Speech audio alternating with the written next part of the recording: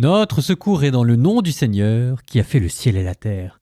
Ah, Ézéchiel, chapitre 36. Certains disent que s'il n'y avait que ce chapitre dans l'Ancien Testament, cela suffirait. Le plus simple, c'est peut-être que je vous laisse découvrir par vous-même. Ézéchiel, chapitre 36.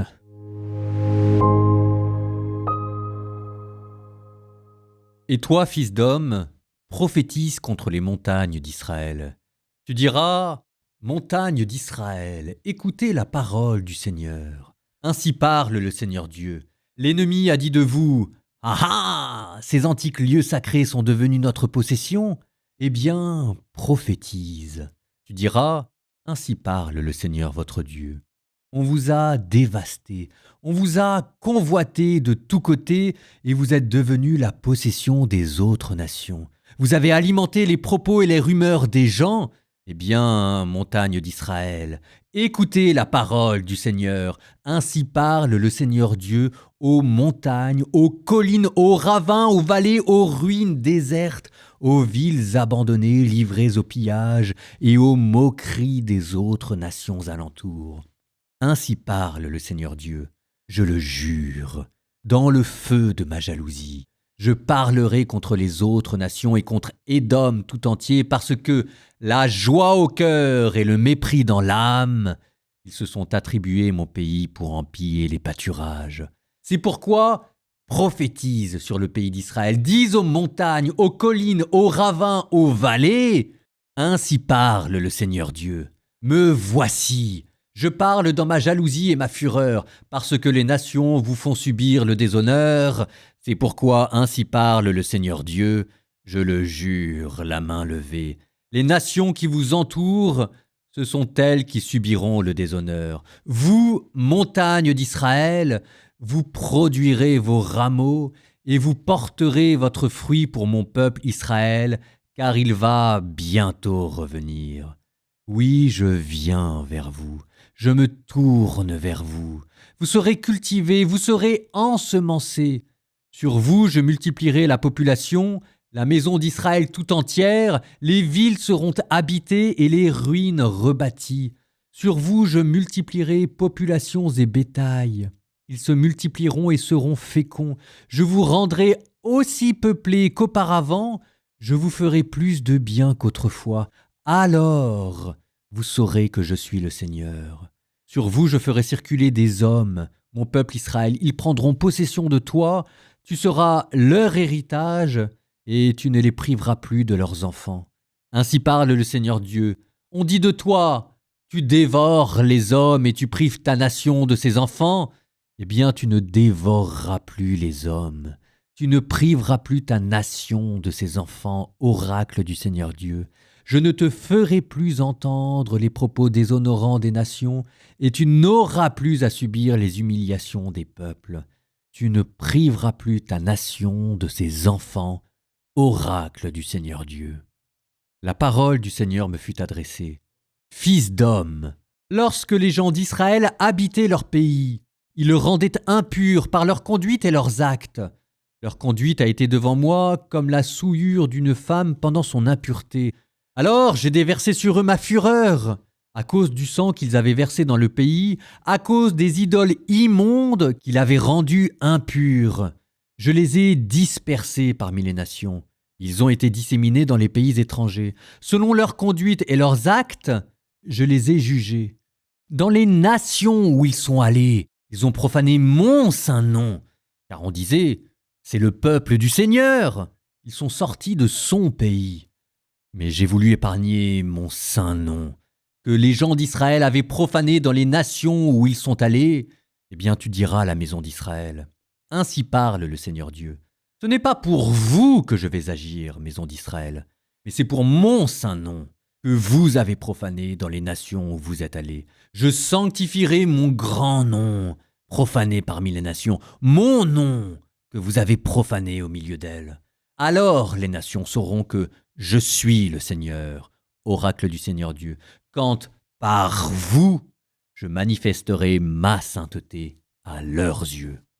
Je vous prendrai du milieu des nations, je vous rassemblerai de tous les pays, je vous conduirai dans votre terre Je répandrai sur vous une eau pure et vous serez purifiés.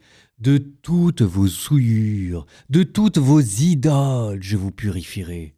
Je vous donnerai un cœur nouveau. Je mettrai en vous un esprit nouveau.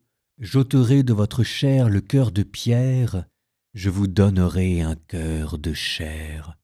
Je mettrai en vous mon esprit. Je ferai que vous marchiez selon mes lois, que vous gardiez mes préceptes et leur soyez fidèles. Vous habiterez le pays que j'ai donné à vos pères.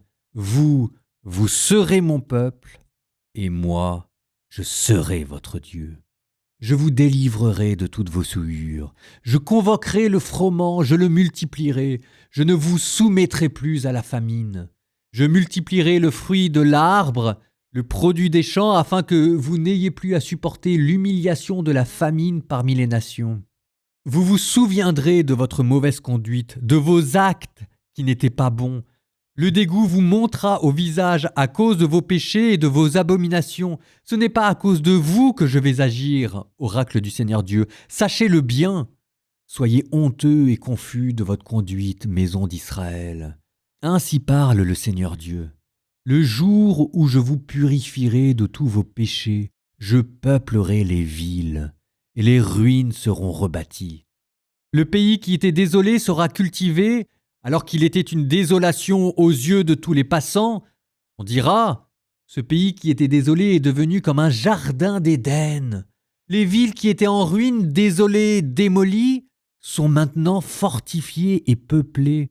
Alors les nations qui subsisteront autour de vous sauront que je suis le Seigneur, que je reconstruis ce qui était démoli, que je replante ce qui était désolé. Je suis le Seigneur. J'ai parlé et je le ferai. Ainsi parle le Seigneur Dieu. En outre, je me laisserai chercher par la maison d'Israël afin d'agir en sa faveur. Les hommes, je les multiplierai comme un troupeau de bêtes consacrées, le troupeau que remplit Jérusalem lors de ses solennités. Les hommes rempliront tel un troupeau les villes en ruine. Alors on saura que je suis le Seigneur.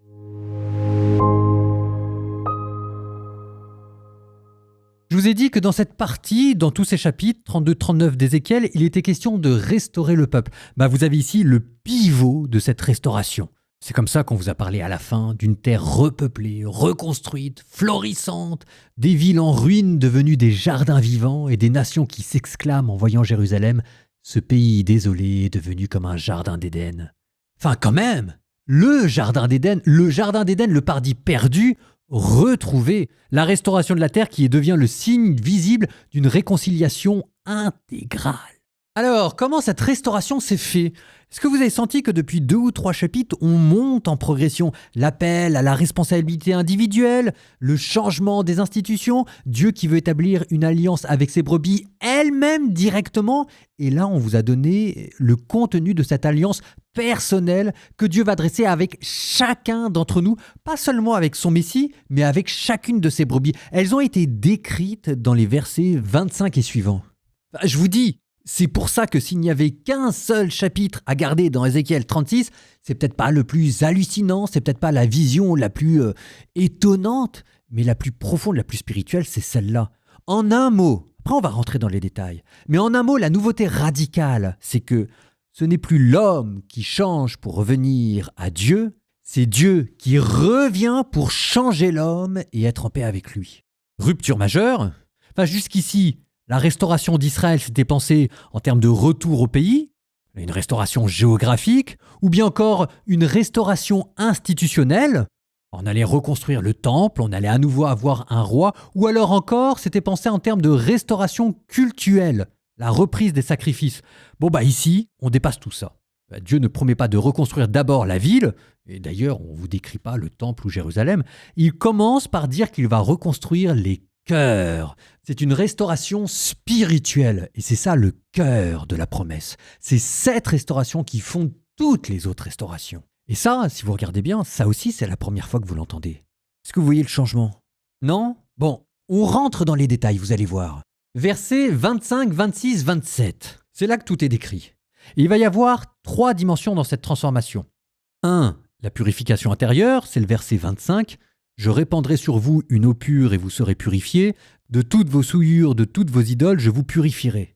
Cette eau pure, c'est le symbole de la purification rituelle, de la purification morale, sauf que cette ablution n'est pas extérieure, mais elle est intérieure.